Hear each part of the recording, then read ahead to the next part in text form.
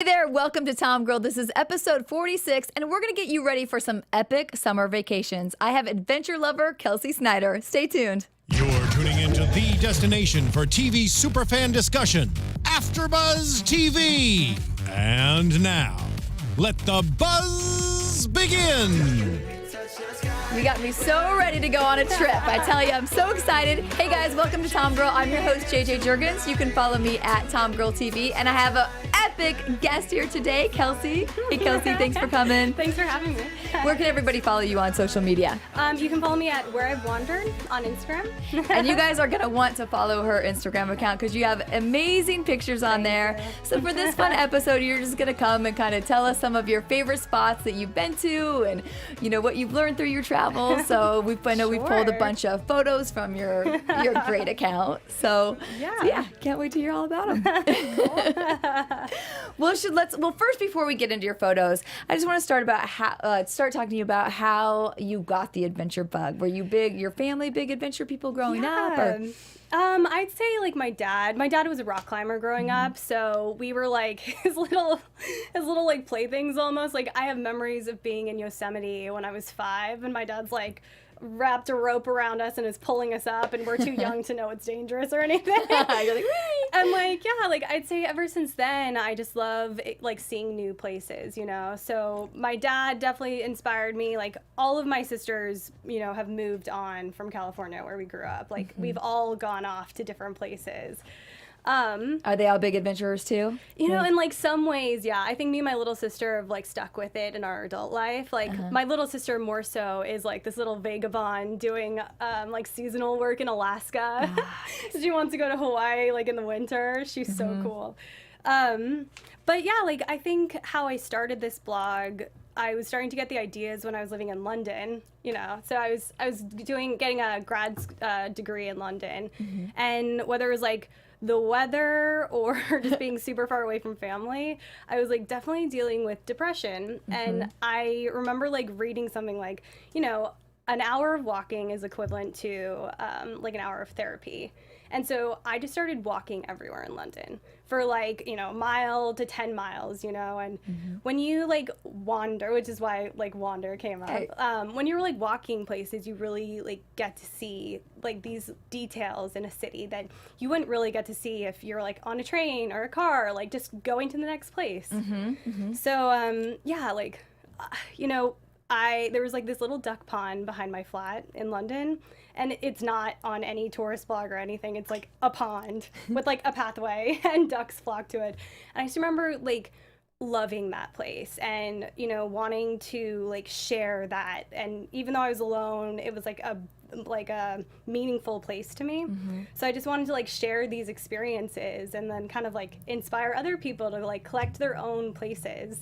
And share with them. So do you remember when Where I've Wandered, that day where you're like, oh, fine, because I know sometimes it takes people a while to find their name or their brand. You know, Where I Wandered, I came up with that probably like 4 years later. It was more like documenting. It was like this slow and steady like kind of conception. And I remember I discovered like travel bloggers and vlogging when I moved to LA. I was like, oh, this is a real job that people can have. This is kind of amazing. And so I was following this travel blogger who's like this really cute girl from Australia. Her name's Brooke Soward. Her Instagram is World of Wanderlust. She's really cool. But she kind of inspired me to like actually create a blog. But, you know, I had been creating these like lists for people. You know, I'm from Santa Barbara, and every friend from LA who's gone to Santa Barbara has asked me to put together a list. So I'd already been creating these like lists and experiences for people on the side, just from, you know, London and Santa Barbara and even Boston, where I went to college. So coming up with the blog was just sort of a way to like taking the pictures and like my ideas into an actual readable format. So yeah. Well, let's go ahead and show some of them, and we can talk about like, stories that you've learned along the way through them. So let's go ahead with your first photo. Yeah, so my first photo is of Joshua Tree at the Cala Cactus Farm at sunset. It's gorgeous. And this is probably like my current favorite photo ever right now because it's beautiful. And I like that I'm sort of in the background, like behind it, because like to me, like I know this is getting to the minutia of like how you set up a photo, but when your like back is not like, when your back is facing away from the camera, it's almost like you're bringing people in to experience it with you, as opposed to when you're facing it, it's like, look at me, I'm in this place. But yeah, this shot, like when I went to Joshua Tree, I like had never been there before, even though I love national parks and I'm like already 30 and my whole family's gone for some reason. But I was researching all of the things to do at Joshua Tree, and this stood out as like the one place I had to go, the Cala Cactus Farm, and I knew I had to go at sunset. So yeah. So you were telling me you like to kind of research it all, but but not set out a big plan for yourself. Yeah. So like my style of planning a trip is to research everything. Like I just want to know what I can do in the space that I'm in, and what there is to do, and what other people have done. And you know, if I'm in the middle of the desert with no service, like I want to at least know like, oh, there's something up here I know that's cool. But I don't like structuring everything in a trip. That just leads to chaos, and you're always gonna like miss your time to plan and whatever. But yeah, this Cala Cactus Farm at sunset was like the #1 thing that I had to do that day, and everything else was just like having fun, exploring the different places. And I think like even one of the places, Skull Rock, I didn't even get to see, but we found some like amazing like moon rock kind of structures on the side of it, and we got lost on there actually, and that was even a better like place to see. Oh yeah, getting lost always happens to like bring out magic. Yeah, totally. All right, we'll move to the next one.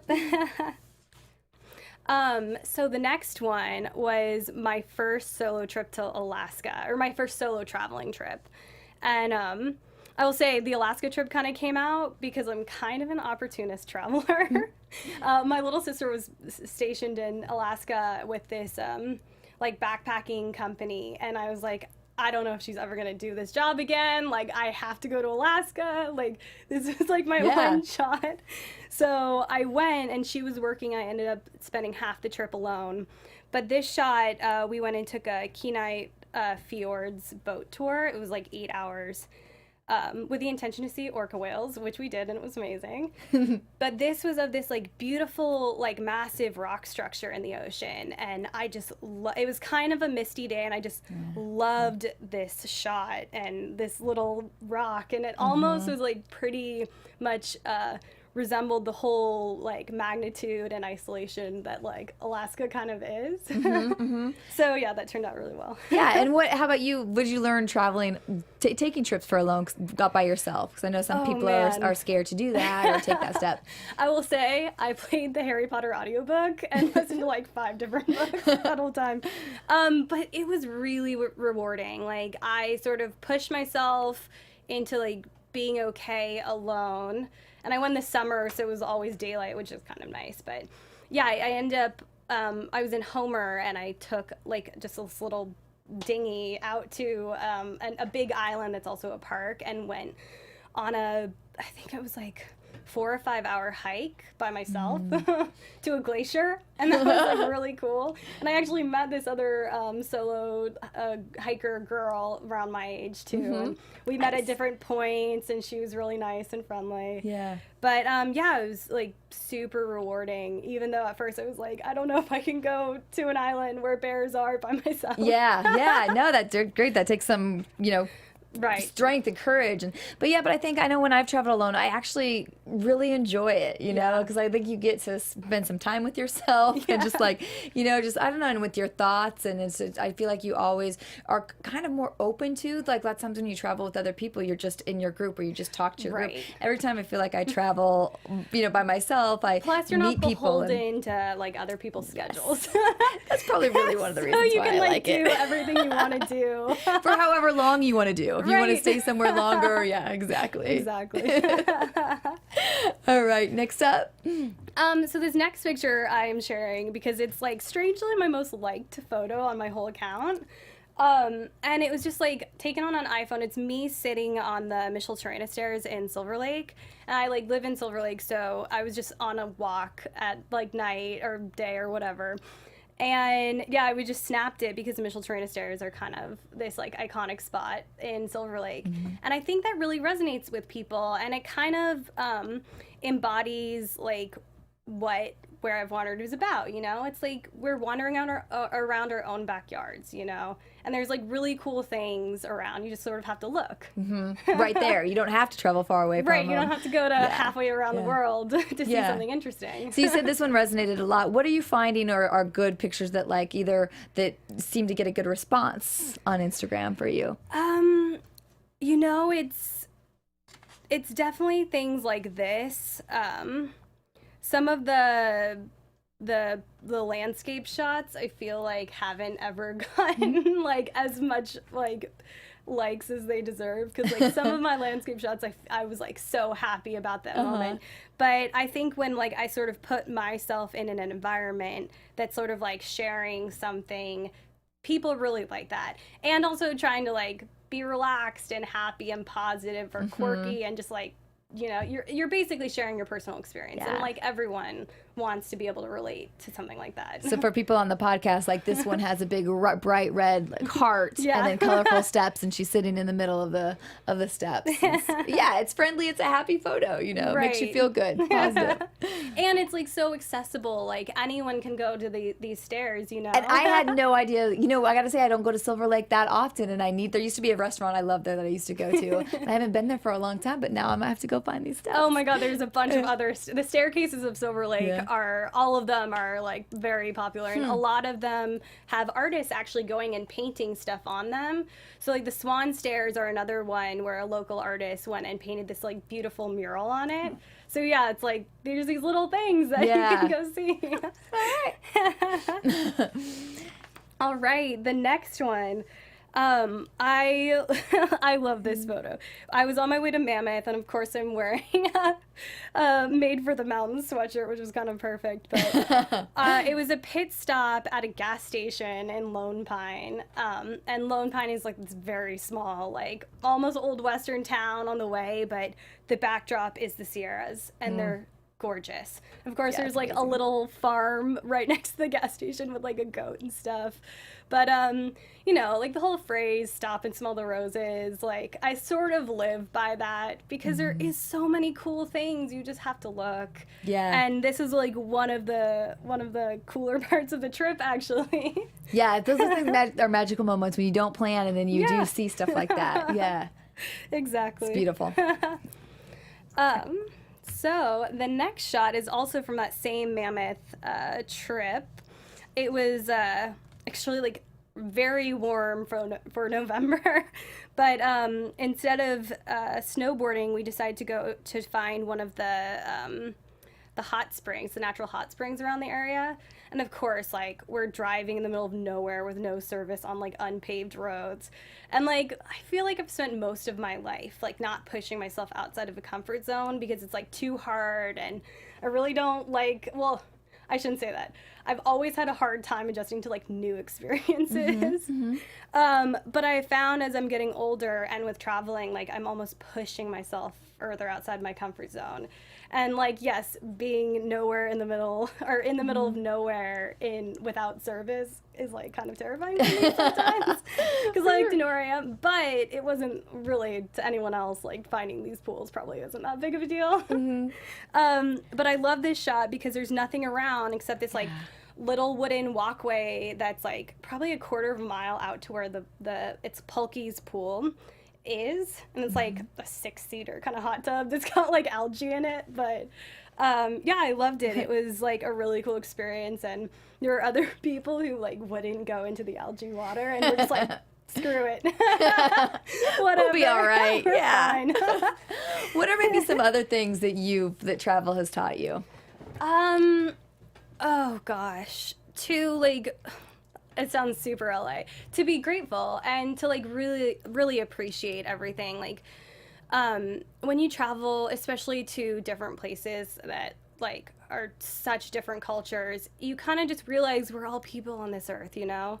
there are some things that are so similar and human nature, and then there are some things that, you know, are cultural and weird, but like, why not? You know, I went stripped fully naked in an Austrian spa because you have to go naked. It's like one of their rules, and like whatever, everyone else is doing it, and it's like totally, it's not sexualized. It's just you're having a spa. Yeah, no, I totally agree. I just got back from Austin. I'll show a couple pictures later, but the last time I went there, I did the same thing. They have Hippie Hollow there, so it's a nudist colony, and I was like, you know what, I got to do it, you know. So I went, and it was definitely different for me because I don't normally walk around with no clothing, but I'm a fan of being naked, you know. So I was like, I have to dip into this, you know, and into this like, water, just frees you up. Changing your mindset. Like, we're so stuck in ways that, like, you know, this is how what people do, and this is like how people are, but that's just because someone said that a long time ago, you know. Well, and I think too, like in our day to day, we get so just in our work routine, or you know, it's just something about when you finally travel. I feel like you are willing to just take more chances and take more risks and let loose and like have a more fun. Yeah, yeah. So yeah, those are some of the things. Let's go ahead and do this one. This next shot, oh god, this is like one of my favorite photos I've ever taken. Like I'm not a photographer by any means, but like this one, I feel like, you know, I was just at Santa Monica Beach with my Minnesota friends who were visiting me. And I was just looking at I always take pictures of lifeguard towers for some reason. Don't know why. But there is this little kid walking up to the lifeguard, and like the seagulls are behind them. And I just thought it was like so cute and almost cinematic to have like this little moment captured. And you know, I sort of like witnessed their moment, and I don't even know, you know, what the kid was going up to him, but it's once again appreciating these small moments in time that, you know, otherwise would be missed. Like that's the whole point of where I've wandered. Yeah, love it. The next shot. Oh, I love this one. This is like also one of my favorite photos. So I was in a very small Italian city. It was more like a village actually, called Sirmione, and it was right on this massive lake right by the Alps, like at the base of them. And it was like a totally rainy day. And, you know, like some people, like, you know, the phrase, it rained on your vacation. Yeah. Like, whatever. Like, rainy days can be so beautiful. Like, and this lake, we walked out to the end of the pier, was so perfect. Even, like, the gray, like, lighting almost accentuates that. Yeah. So I was just, like, trying to have fun and, like, show positivity. Granted, like, I don't have a problem with rainy days, but I think this picture really captures, like, having fun in everything that you do, you know? Yeah, for sure. This photo, I was in Mexico for the first time, and I still to this day love that spot. It was a coworker who like recommended. It was like a surf hostel in like a very like semi-remote place south of Ensenada, like that's not getting very many tourists, you know. And this was like the end of the day. What you can't see, thankfully, is me like shoveling the chips and salsa into my mouth. But like we literally camped on like this cliff above the ocean at a surf hostel, you know, that was unpaved roads to get to, and it was still probably better than, you know, the winery I stayed at later that trip. Do you know the name of the hostel for anyone that might want to? Yes, it's called Coyote Cal's, and I'm sorry, Eric Gilbert, for blowing up your spot. But yeah, Coyote Cal's in Arandira. It's so gorgeous. Like going down to Mexico, you know, everyone warned me because I'd never been, you know, like safety and the dangers and all that stuff. And you kind of have to go in to all your travels with like being prepared for what dangers are there, but not being too scared to like not go. You know, like there are parts of Mexico that are dangerous, and there are things that you can't do in Mexico, like, you know, try to traffic drugs places because the federales will stop you. And, you know, the federales aren't like some experiences where people have had with like crooked police trying to get your money. They really do care about their jobs. And, you know, you sit there, they ask you where you're going, where you've been, and why you're there, and then they let you go on your way. So Yeah. That was a great trip. This picture is the artsy picture of a Roman column in Milan. So this was the Colonne di San Lorenzo. And I'm sharing this because it's like a perspective shot going up the column to the very top. And it's kind of like into how I'm trying to paint like almost a thesis or like a whole project of what my Instagram is. You know, it's not every photo's isolated. It's like this photo, I want to share something different. And in this case, it was more like trying to show perspective, you know, like that day, like truth be told, that day was so bright, you know, you couldn't get a good wide shot of the columns, but these are real Roman columns that have survived in Milan. And, you know, it's like you want to capture how beautiful they are. And just looking up and getting close and doing a perspective shot, you can actually see the grooves of the column. Yeah. And that's sort of like where you actually get to feel how old they are. Right. You get a better sense than the wide shot of like something that you've seen pictures over. or replicas over and over again. Yeah, that's great. So I love that one. One thing I want to talk to you about is so part of your blog is how you do all this and you travel and you see these places, but you also are trying to do it and live this life while maintaining a full-time job. And so I do want to talk about, because I know you through your full-time job, so let's talk about a little your day job. You're post-production supervisor for CBS. So talk about that job a little bit. My we make promos and I sit in a room and I manage color correction bays and audio bays, and we put together promos for CBS, which is really cool. It's also in a windowless office, which is probably why I need to travel so much. Exactly, because we're in the basement. So you're directing voiceover sessions and you're putting marketing on spots, and which is actually probably lended itself for how I'm trying to like market myself. I mean, that's what every Instagram like thing is. It's just a way to market who you are and your brand and what you are. I've learned a lot of color correcting skills from that too, probably. So how do you try to balance getting on these trips, working, and then, you know, also probably you have to spend time with your family at some time during your vacation days? Well, probably just like being busy all the time. I take every 3-day weekends are every opportunity to go somewhere. And usually it's like road trips, or, you know, I've done Portland in a 3-day weekend, which is kind of ambitious. But yeah, it's just like there are some people at work who you know, don't use their vacation days and they've got extra and they've been forced to take their vacation days. And I look at them, I'm like, that would never happen to me. Can I have yours? I have used my vacation days. I also do, to even get more vacation days, I take every opportunity I can at weekend work. So I can get comp days that I can take later. And in the last couple years, I've been able to get at least another full week of comp days that I had worked in weekends. So. And as for my family, I've got a sister in Buffalo, New York, a sister in Massachusetts. My dad lives in Rhode Island. My other sister splits her time between Alaska and Portland right now. So visiting family is almost like a destination for me. Yeah. I plan vacations. Well, I've had to too, with graduations and babies and weddings.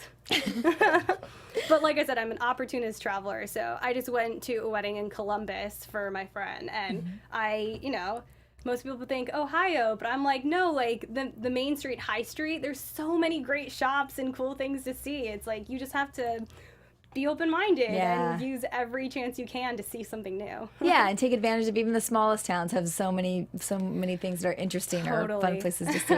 Yeah. So you talk about the marketing a little bit. What have you learned, maybe using some of your CVS marketing skills with the Instagram, and what might work for people out there who want to go ahead and do things like you, like blogging and getting big on Instagram? I would say, from the marketing perspective, you definitely learn what sells, and so you just have to constantly think about your brand and specific skills. Thankfully, with announcing and directing reads, that doesn't hugely come into play. But the color correction, you can see how people transform shots that would otherwise look like nothing, and then putting on a really good color editing scheme or filter could really make these shots stand up. I'm editing Singapore photos that I have right now. There were like shots of the city that like I was like, oh, why did I take a shot of that? That looks ridiculous and uninteresting. But then I found this. I use Lightroom to color, and I use Visco, just so you guys want to know. And in Lightroom, it's like I found a really good palette or it's like I create my own presets essentially. So I've created a preset, and it's made some of my Singapore pictures look amazing, and some of the ones that were boring but now pop and stand out, and you can see things like so. Yeah. What cameras do you shoot on? My iPhone 8. I also have an Olympus. It's like I'm gonna butcher the name, so I'm gonna look at my notes here. It's a Pen EPL6, but more recently I've been using my boyfriend's Sony A7R3, which is a really nice camera. He was telling me about that because I saw your last trip, and I'm like, you guys, some great photos. He's like, oh, I got this new camera. It's so good. Say, my boyfriend loves photography too, so he's really elevated my Instagram game just by taking really good photos. Sometimes we fight over the photos of which one we can post. I thought of that too when I see your stuff. I'm like, that's great. She's like got it built in, like, you know, almost like people would pay to have a photographer to go with their on their trips. I'm like, good choice, Kelsey. Good choice. It's pretty convenient. Yeah. That's awesome. Any other gear? Any other specifics for tricks or? No, I mean, like when I am shooting photos, I'm more of the documentarist kind of style. Like I just take photos of everything and anything, and just to capture, like, to me it's like a numbers game. Like you take photos, 1,000 photos, there's got to be at least 5 that are good. He's definitely more into experimenting with different stuff, like portraits and setting up his shots. Like we are still kind of trying to figure and experiment with that.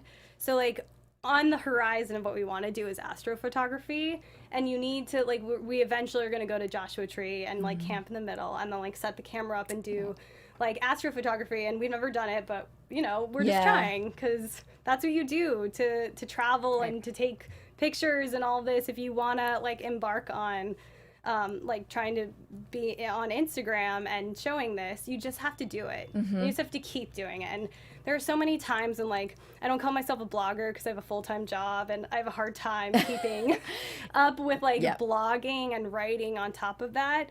But like, it's just about doing it. Like, I don't want to give this up because it genuinely makes me happy, you know? Totally get that. I know, I do. Like, with the same thing with TomGirl. Like, I started as a blog, and it is so hard because I have the same job at CBS as well. And you know, it's like sometimes, and I would find myself getting frustrated sometimes. I think other bloggers and people out there have that too, where it's like you just feel like, oh, you have these goals for yourself, and you're trying to get the content out and do it. And then finally, when you just kind of let go, you know, it's like, you know, it'll all start coming when it can, you know, come. But and it's starting to take the fun out of it a little bit. You know what I mean? If you're so pressured on yourself. Especially, we just came off like a busy month, and where we weren't even going anywhere. It's like you just like find. I was like, oh, I'll just like post photos every day from like previous trips, and it's so funny because like my most liked photo was one of those times. It was like retroactively posting a photo, trying to be like, it's Wednesday, like let's get inspiration, and Wanderlust Wednesday, you know. And people, I think, really like that kind of stuff. But yeah, you just have to sort of keep grinding even when you don't feel motivated. Yeah, for sure. And even like I had a couple pictures in there for, I just went on a trip for Austin. I'll show you guys this real quick. And this was a good experience for me too, because I was actually going to do an interview while I was out there, and at the last minute that interview had to go out of town for work. So I was like, you know, so part of me was like, oh, but I needed to post for Tom. And I'm like, no, this is the universe just telling me I just need to enjoy. I'm in this gorgeous lake house sitting out here. So I just sat there and like enjoyed, you know, the view that I had. We can roll through these, and just like went on this was the Greenbelt hike along Barton Springs. It's like a 7.5 mile hike. There's people like rock climbing. It was just getting so lost in the middle of and it was just like, so it's things like that too. When you have a plan and it goes wrong, just being willing to like, okay, like going to Barton Springs here and just like jumping in after it's 98 98 degrees out, and just like really enjoying and meeting people and having fun. Plus, you inspired me to put Barton Springs on my bucket list. Oh, you have to put this whole Austin. I mean, Totally. Rainy Street was amazing. Met the most amazing people on Rainy Street playing giant Jenga games, and it was all stuff that was not anything that I had thought I planned when I got there, and just like it was just so much fun, and those can be the best trips, just going with it. Just like, wandering. Exactly. Yeah, that was where I wandered that weekend. So real quick, I know, let's just talk about, we can roll through the photos, but we'll just show some of the people that there's some great, because you posted this and I was like, oh, I love it, because I'm always looking for other cool inspirational people to follow or to get ideas from. It was hard for me to limit, because all I do is follow travel bloggers and photographers, and I love them. So this one in particular, I might butcher his name, so I apologize. Cedric de Cesson. He's from Sardinia, which is in Italy, but an island. Perfect. And I'll put these all up so you can, I'll list them so you don't have to. You can follow them.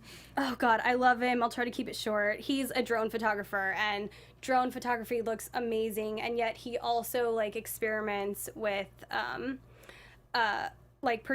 he'll do the overshot perspective, and then the second shot is him holding a phone of the landscape and taking a picture, so it almost looks seamless. And that's cool. He's just so cool. And the colors, he has this whole color palette, which is pretty trendy right now in all bloggers or content creators, is to have a palette of what your whole Instagram looks like.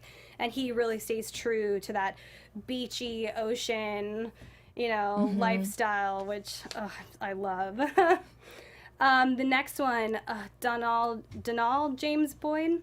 He's based out of Iceland, and his shots are so incredible. Once again, about color palette, he uses high contrasting, almost kind of murky but vibrant. He's made a shot of Africa look like Iceland, which is so gorgeous. I love, oh my God, he does a lot of shots of animals.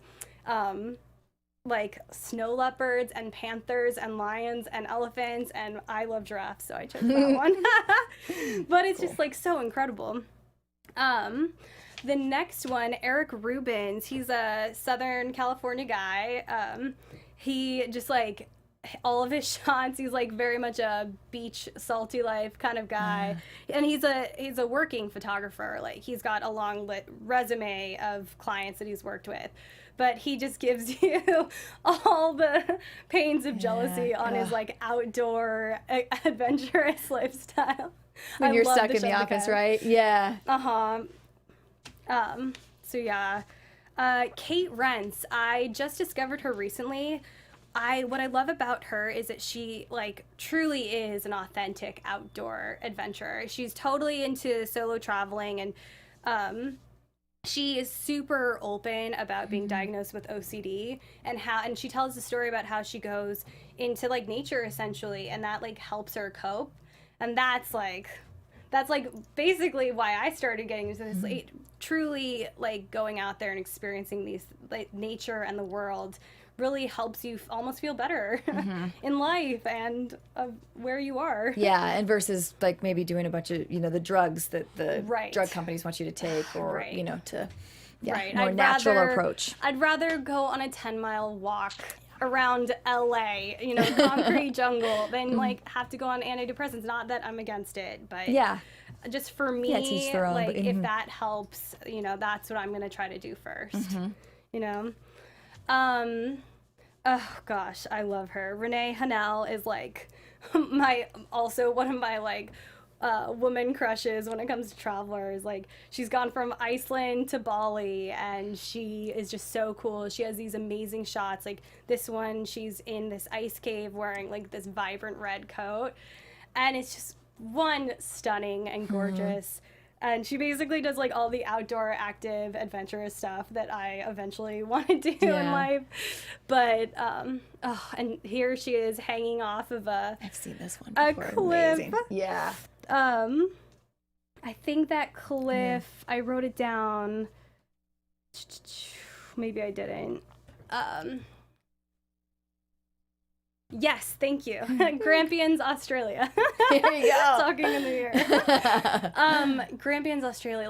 Like who doesn't want to sit on the edge of a cliff, looking at like how beautiful that country is? Oh my gosh. That's bold too. I mean, it looks like a pretty big draw. I mean, who knows what it looks like under there, but there's like tons of cheats where like maybe it's not. Like some photos are someone like hanging off and really they're only 3 foot off the ground of this ledge. But she probably did. I mean, like based off of the rest of her Instagram, she probably did climb all the way out to that end of the cliff. Like she's so cool. Yeah.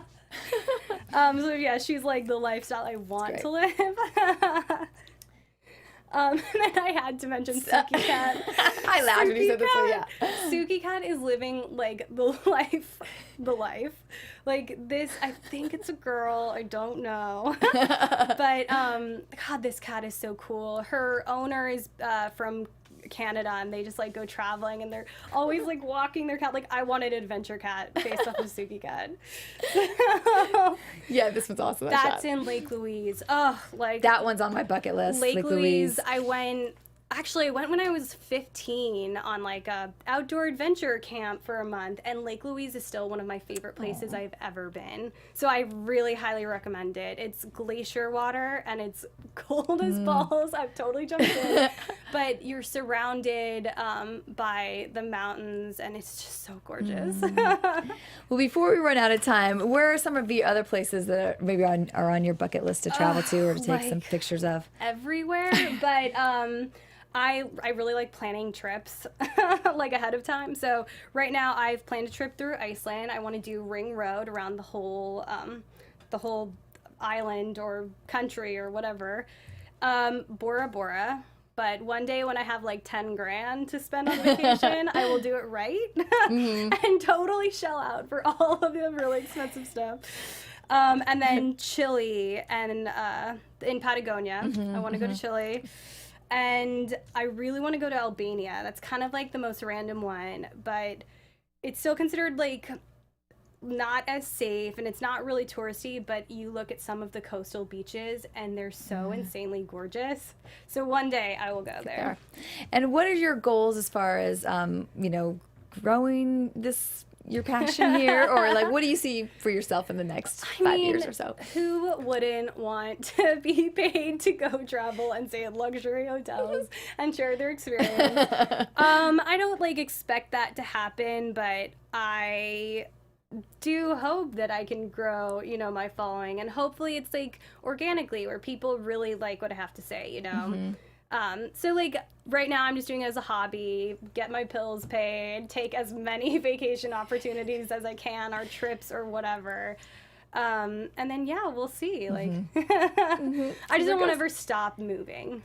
Yeah, I know, and that's the thing. It's like life goes so fast, and especially when I think for me, working a full-time job, what is hard too is when you only have that limited amount of vacation, and then you can plan each year, but then it's like there's only so many you can hit in each year, and you're like, but no, there's so many amazing places to see, and so little time when you just are working with your vacation time. So well, I have like quick little thing, like taking advantage of all the time you have. Like I went to Southeast Asia. We were in Tokyo briefly, Kuala Lumpur, Singapore, and Bali, all within like 8 days. Like it's possible. Yeah. You just have to really hustle. It was like I only had a week and I wanted to go everywhere. But we did it and it was amazing. Yeah, it can happen. Well, that's great. Well, this has been so great. Thank you so much for sharing all this with us. It was so nice to have you. Tell everybody again where they can find you at and follow your Instagram. You can find me at Where I've Wandered, Instagram. I have a Twitter account, but I don't ever update it, so don't even worry about it. And on Facebook too, but I'm mostly active on Instagram. I love my stories. Awesome. Okay, guys, thank you so much for joining us again this week. Please check out her stuff. Like I said, I'll make a list and post it on the Facebook page of all the Instagrammers that she had and the other places where these photos were. And you know what? I'll just put all the photos up there, so for those of you listening in and want to take a look at them, you can see them all up there. So thank you so much for joining us. You can follow the show at TomGirl TV, and we'll see you here again next week. Thank you. Bye. From executive producers Maria Menounos, Kevin Undergaro, Phil Svitek, and the entire AfterBuzz TV staff, we would like to thank you for listening to the AfterBuzz TV Network. To watch or listen to other after shows and post comments or questions, be sure to visit AfterBuzzTV.com. I'm Sir Richard Wentworth, and this has been a presentation of AfterBuzz TV. Buzz you later. The views expressed herein are those of the hosts only and do not necessarily reflect the views of AfterBuzz TV or its owners or principals.